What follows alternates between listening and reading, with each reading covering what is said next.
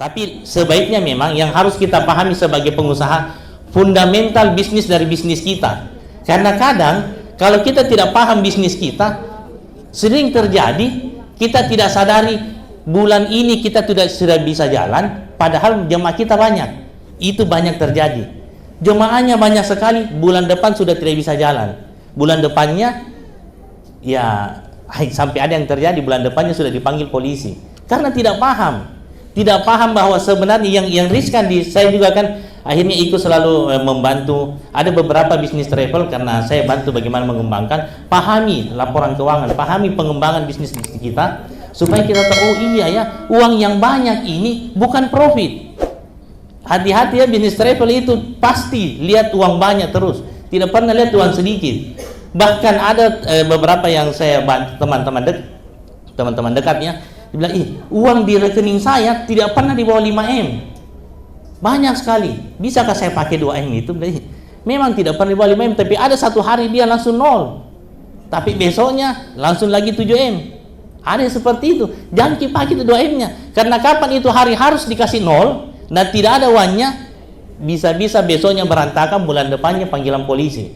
Hanya karena tidak paham fundamental bisnisnya seperti itu. Jadi coba kita, ini saya sebenarnya sama-sama belajar ya, karena saya memang bisnisnya kalau di Makassar sih, saya bisnisnya B2B. Customer saya juga bisnis.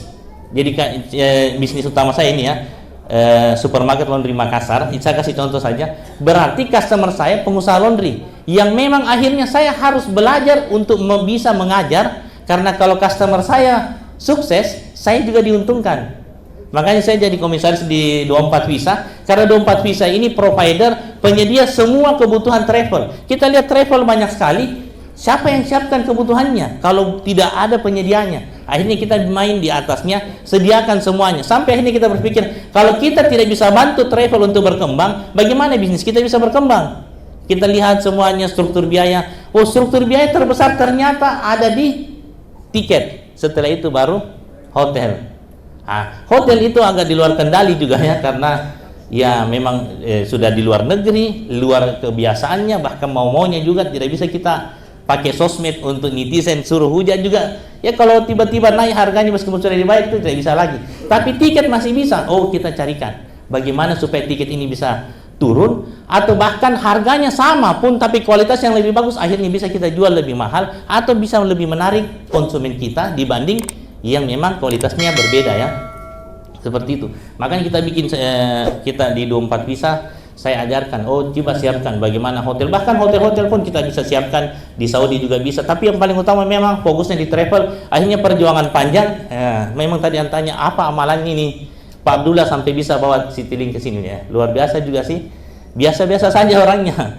Kalau ya sehari-harinya juga ngobrolnya juga ya kadang dunia, kadang akhirat. Tapi kalau dibilang bisa dibawa ke sini, itu saya tidak lihat amalnya, tapi amal jariahnya itu luar biasa. Kalau bisa sampai membawa Citylink ini, dan tentunya semuanya butuh support dari para travel-travel yang ada di sini supaya bisa tetap berjalan, dan sama-sama kita jaga, kita buktikan sama Citylink apa yang sudah dijanjikan Pak Abdullah, bahwa Sulsel butuh pembanding.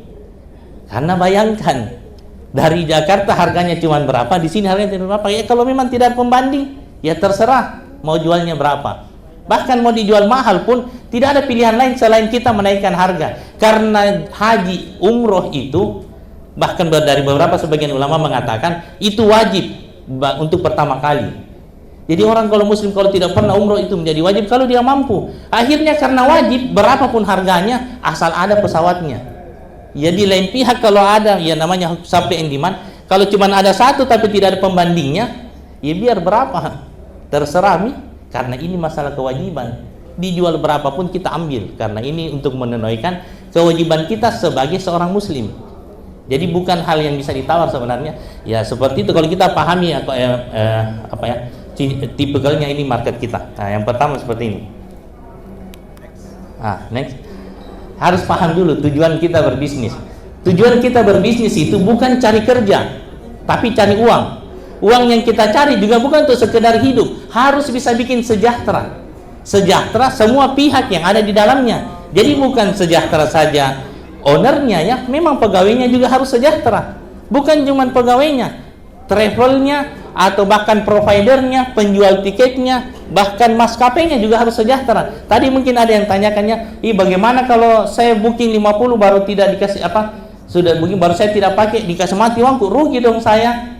Rugi dong ya. Sebenarnya bukan masalah rugi atau tidak rugi. Kalau ibu booking 50 baru sampai terakhir tidak bilang-bilang, baru minta dikembalikan, yang rugi Citylink, yang rugi Pak Abdullah. Yang kalau Citylink dirugikan, tidak mau, pokoknya begini, akhirnya bulan depan atau tahun depan tidak ada lagi. Ya, karena tindakan-tindakan seperti itu. Dan ini bukan karena kita mau untung banyak. Jadi kita sama-sama pahami, oh ternyata masalahnya seperti itu. Yang penting booking memang saya tidak kasih ke orang lain. Itu kan gitu ya maksudnya ya. Kalau kita sudah booking berarti ini punya saya tidak kasih ke orang lain. Kalau kita bilang boleh saya batalkan tapi kembali uangku, ya tapi boleh juga aku jual tidak bilang-bilang. Itu juga jadi masalah. Makanya kita pertemukan kepentingannya. Saya booking pastikan tidak dijual, tapi sebelum 50 hari saya sampaikan kepastiannya jadi atau tidak. Kita juga masih ada waktu untuk menjual. Jadi sama-sama diuntungkan. Dan dengan seperti itu kita datangkan pembanding, insya Allah menurut saya nanti akan turun semua harga. Kalaupun harga tidak turun tapi dengan fasilitas dan kualitas yang lebih bagus, layak dijual lebih mahal. Dijual lebih mahal ini akan menaikkan margin. Margin ini harus diingatnya, margin ini bukan supaya lebih kaya, tapi supaya lebih bagus pelayanan yang nantinya akan menaikkan branding dari travel kita. Jadi jangan dulu fokus kepada profit, uang atau omset, tapi fokus pada pelayanan, membangun branding. Karena di saat yang sama, kalau kita lihat ya, ini kalau travel di Jakarta, satu pemberangkatan sampai ada yang bisa jual 100 juta. Ada yang bisa jual sampai ada yang saya lihat 115 juta untuk sekali berangkat. 115 juta untuk sekali berangkat. Karena dia punya branding. Kita kalau tidak 25 juta, susah. Jangan sampai ada yang seperti kalau bukan 25 juta, jalan-jalan misalnya, yang penting ada yang tahu Kak, bilang masih hidup di travelku. Memang bisa kita jual 25 juta, bisa. Hidup dia.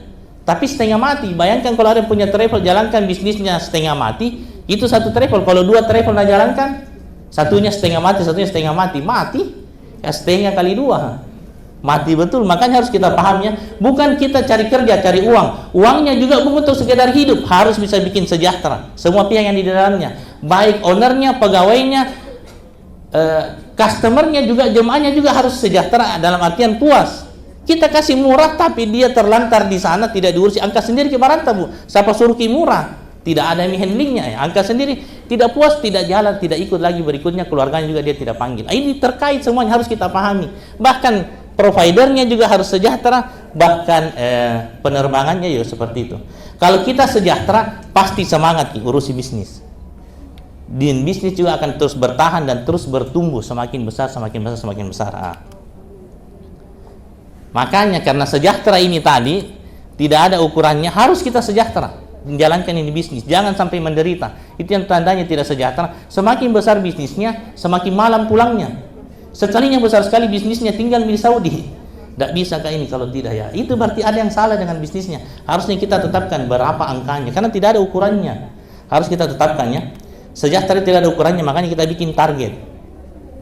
Kalau ada targetnya, pasti kita rancang strateginya. Target ini semua keputusan di dalam bisnis harus ada hubungannya sama pencapaian target. Tidak boleh ada keputusan di dalam bisnis yang tidak ada hubungannya sama pencapaian target. Misalnya ini contoh saja, karena target kita segini, kalau perlu target itu dimasukkan nilai-nilai spiritual. Target saya ingin membuat uang, menghasilkan uang yang banyak, yang dengan uang yang banyak itu saya bisa bangun masjid. Akhirnya kita semangat jalani. Semua keputusan dalam bisnis harus ada hubungannya sama pencapaian target. Misalnya ya, kenapa misalnya kita pilih lokasinya di sini, ini nih, kantor travelnya kita. Harusnya jawabannya karena begini targetnya saya. Ada yang jawab biasanya, kenapa di sini lokasinya? Karena dekat sama rumahnya mertuaku. Mungkin jaga mertua atau mungkin bisnis. Kalau targetnya seperti ini, harus di sini. Meskipun sewa tempatnya 200 juta, tapi harus di sini. Karena kalau di sini bisa bayar mencapai ini target yang saya buat. Kenapa harus bajunya harus dengan yang bagus sekali? Iya, karena target saya begini, harus begini. Kalau saya tidak kasih baju seragam hanya supaya murah, lama-lama target tidak tercapai. Kenapa saya harus pakai Citylink? Karena saya mau jual mahal, makanya marginnya nanti agak tinggi. Dengan margin yang tinggi ini, saya bisa sejahterakan semua pihak, pegawai nanti juga jadi semangat, yang akhirnya tercapai target. Makanya harus pakai Citylink. Semuanya seperti itu. Jangan sampai ada yang memilih Citylink. Kenapa pakai Citylink? Karena saya dekat sama Pak Abdullah. Itu bukan hubungan bisnis, tidak ada hubungannya sama pencapaian target. Ini ya.